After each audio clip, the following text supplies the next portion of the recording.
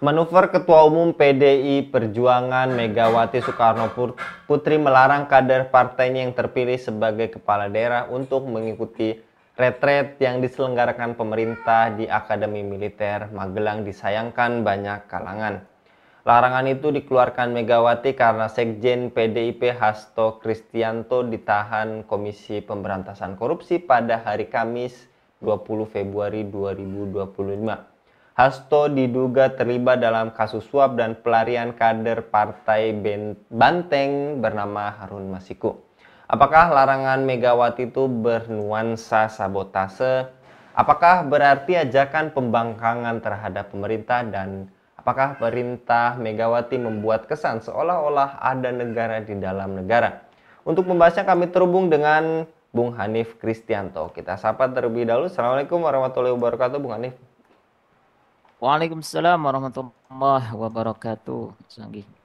Lagi-lagi Bung Hanif, kejadian yang panas antara Megawati versus pemerintah, dan kali ini hubungan Ketua Umum PDIP dengan Presiden RI sekaligus Ketua Umum Partai Gerindra diprediksi meregang karena pasca penahanan Sekjen PDIP. Menurut Anda, Bung Hanif, apakah instruksi Megawati yang meminta kadernya yang menjadi kepala daerah untuk menunda keikutsertaan dalam retret di Magelang dinilai sebagai bentuk ketidakpuasan atas penahanan Hasto, walaupun kenyataannya ada juga beberapa kadernya yang tetap mengikuti retret? Iya, ini kalau kita membincang politik ini kan ya kadang-kadang menggelitik ya, kadang-kadang juga cukup unik ya, kadang-kadang kayak anak-anak kecil gitu ya. Jadi kalau kita pernah mengalami masa-masa kecil atau kita punya anak kecil kan begitu ya.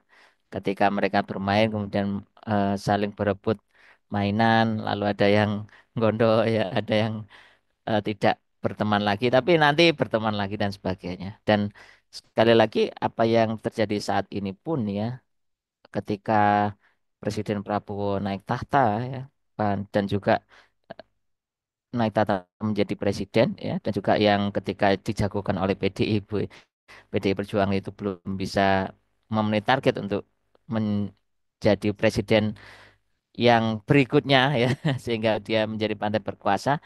Ini kan semakin menunjukkan ya bahwa ada upaya-upaya atau ya bau-bau PDIP ini mau menjadi oposisi kembali, yang sebetulnya itu sangat dinanti oleh rakyat gitu loh ya, karena dengan jargon peduli wong cilik ya, atau rakyat kecil, nah itu kan sangat dinanti yang selama ini, yang selama itu kita tidak menemukan selama kepemimpinan Presiden Jokowi 10 tahun itu ya. Nah itu yang sebenarnya dirindukan oleh rakyat gitu ya. Dan kalaupun ada peristiwa lain seperti penahanan Hasto Kristianto ya, berkaitan dengan kasusnya Harun Masiku. Ini juga ya sekali lagi ketersambungannya juga agak-agak sulit ya, karena ini dua hal yang berbeda ya. Satu sisi ya, kepala-kepala daerah yang terpilih ya dari PDI Perjuangan itu kan nanti secara garis kan kok tetap di bawah naungan presiden begitu ya. Bukan partai, kecuali memang dia petugas partai dan tidak menganggap ya atasannya itu sebagai ya di dalam sebuah ketatanegaraan kan begitu ya.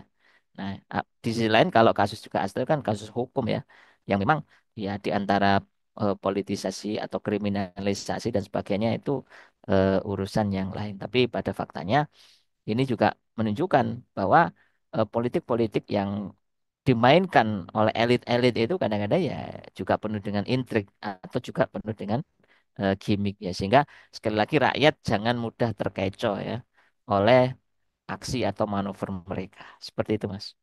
Ya, jadi memang larangan Megawati itu tidak untuk kepala daerah terpilih tidak mengikuti retret, itu yang tadi juga Anda katakan merupakan sinyalir bahwa PDIP kali ini untuk oposisi 100% Bung dari pemerintahan Prabowo. Sebetulnya PD itu kan DNA-nya itu harusnya oposisi ya, DNA-nya gitu ya. Kan sejak dulu masa Orde Baru ya, kemudian masa Presiden SBY ya, kemudian naik tahta menjadi partai pemenang ya koalisi pada Presiden Jokowi. Itu saja. Nah, tampaknya untuk memulai oposisi 100% itu ya butuh waktu ya. Karena apa? Ya baru kemarin saja itu enak ya menjadi partai penguasa kan begitu ya. Tapi harus berubah 180% ini kan butuh proses ya. Mungkin setiap hari 1% 1% ya. Sehingga nanti 100 hari sudah 100%. Nah ini kan sudah 100 hari kepemimpinan Prabowo Gibran kan begitu ya. Dan kalaupun nanti oposisi kan ya harus harus jelas juga ya posisinya di mana kan begitu ya. Nah, sekali lagi ini yang juga mencermati yang kita khawatirkan adalah apa? Seolah-olah negara ini di bawah kungkungan partai politik gitu loh ya. Bukan oleh seorang negarawan sejati kan begitu ya. Nah, selama ini kan ternyata apa? Ya berkelindan aja ya di antara elit-elit politik itu ya terkait dengan pengaturan negara ini. Padahal ini mengatur ya ratusan juta rakyat Indonesia begitu ya. Nah, dan sinyal kuat PDI untuk oposisi ini kan juga semakin ditunjukkan ya begitu ya. Tidak hanya apa menahan kadernya untuk ikut raid, tapi ini kan sudah ikut juga ya. Eh, Pak siapa, Pramono Anung kan juga sudah hadir ya di Magelang kan begitu ya. Dan juga ada ancaman dari Wakil Mendagri ya eh, akan ada sanksi bagi kepala daerah yang tidak ikut retret dan sebagainya.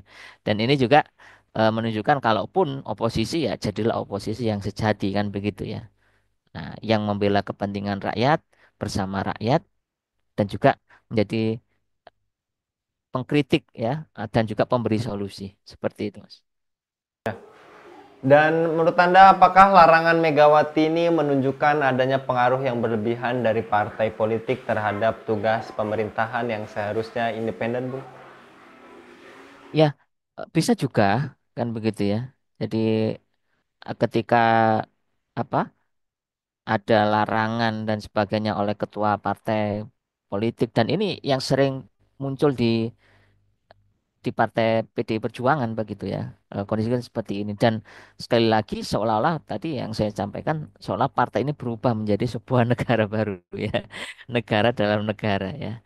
Nah, partai yang mengendalikan begitu ya. Dan larangan Megawati sendiri ini juga seolah-olah pengaruh yang berlebihan bahkan bisa jadi ini ya yang kita khawatirkan adalah apa? eh, Adanya dulu saya pernah berkuasa ya. Nah, sekarang saya tidak lagi menjadi penguasa di sebuah negara, tapi penguasa sebuah partai sehingga lebih seenaknya untuk mengatur partai kan begitu ya, atau kader-kadernya kan gitu ya. Nah, dan sekali lagi ini juga menunjukkan politik yang tidak sehat kan begitu ya. Karena apa? Karena kalau mau jujur, mau fair begitu ya, dalam sebuah pemilihan begitu ya, siapapun yang jadi berarti itu kan yaitu pimpinan kita semua kan begitu ya. Ya, tidak melihat partai apa. Toh nanti kalaupun jadi kan juga contoh ya presiden ya atau ya Pak Prabowo berarti kan dia adalah pemimpin ya semua rakyat Indonesia baik yang memilih dia ataupun tidak kan gitu ya. Nah, sayang demokrasi tidak seperti itu gitu ya. Pada faktanya ya demokrasi senantiasa menyimpan bara gitu ya. Untuk apa? Wah, ini saya kemarin tidak pro kepada si A ya dalam Pilpres misalnya, saya pro pada ini dan ini ya yang senantiasa disimpan ya. Suatu saat nanti wah ini saya akan munculkan nanti pembalasan di 5 tahun ke depan. Nah, seperti itu ya.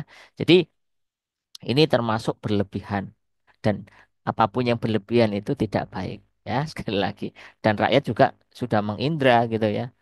Nah, ini ada apa gitu ya? Apakah sebuah ketidakpuasan gitu ya atau yang lain atau karena memang eh, power syndrome kan gitu ya sindrom kekuasaan ya dulu berkuasa sekarang tidak seperti itu Mas. Jadi, larangan ini menurut Anda apakah lagi-lagi langkah sabotase atau gimmick atau bentuk oposisi secara simbolis?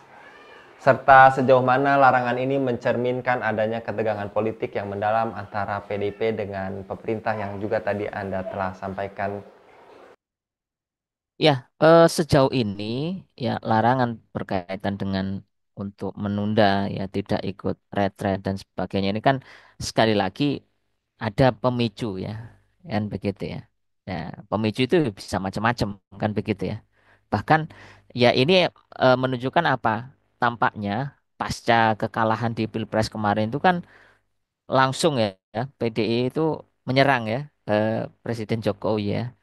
Ya, karena juga Presiden Jokowi dinilai ya tidak lagi patuh dan sebagainya ya. Bahkan ya putranya sendiri kan juga sudah dicabut ya sebagai anggota PDI Perjuangan seperti itu ya, karena mencalonkan sebagai cawapres tidak melalui PDI Perjuangan. Nah, atau tidak diusung oleh PDI Perjuangan. Dan ini menunjukkan juga PDI Perjuangan ini merupakan sebuah partai yang unik ya, partai yang memiliki ideologi tersendiri, bahkan kader-kadernya juga cukup militan begitu ya, dengan ideologi yang diemban. Nah, sekali lagi ini juga ketegangan seperti ini pun nanti juga akan reda gitu lah ya. Karena apa? Mau tidak mau ya PD Perjuangan harus mengikuti permainan ini kan gitu ya. Siapa yang berkuasa saat ini kan gitu ya. Nah, apakah tetap PDI ingin di luar ya? Karena juga tidak ada menteri yang dari PD Perjuangan ya.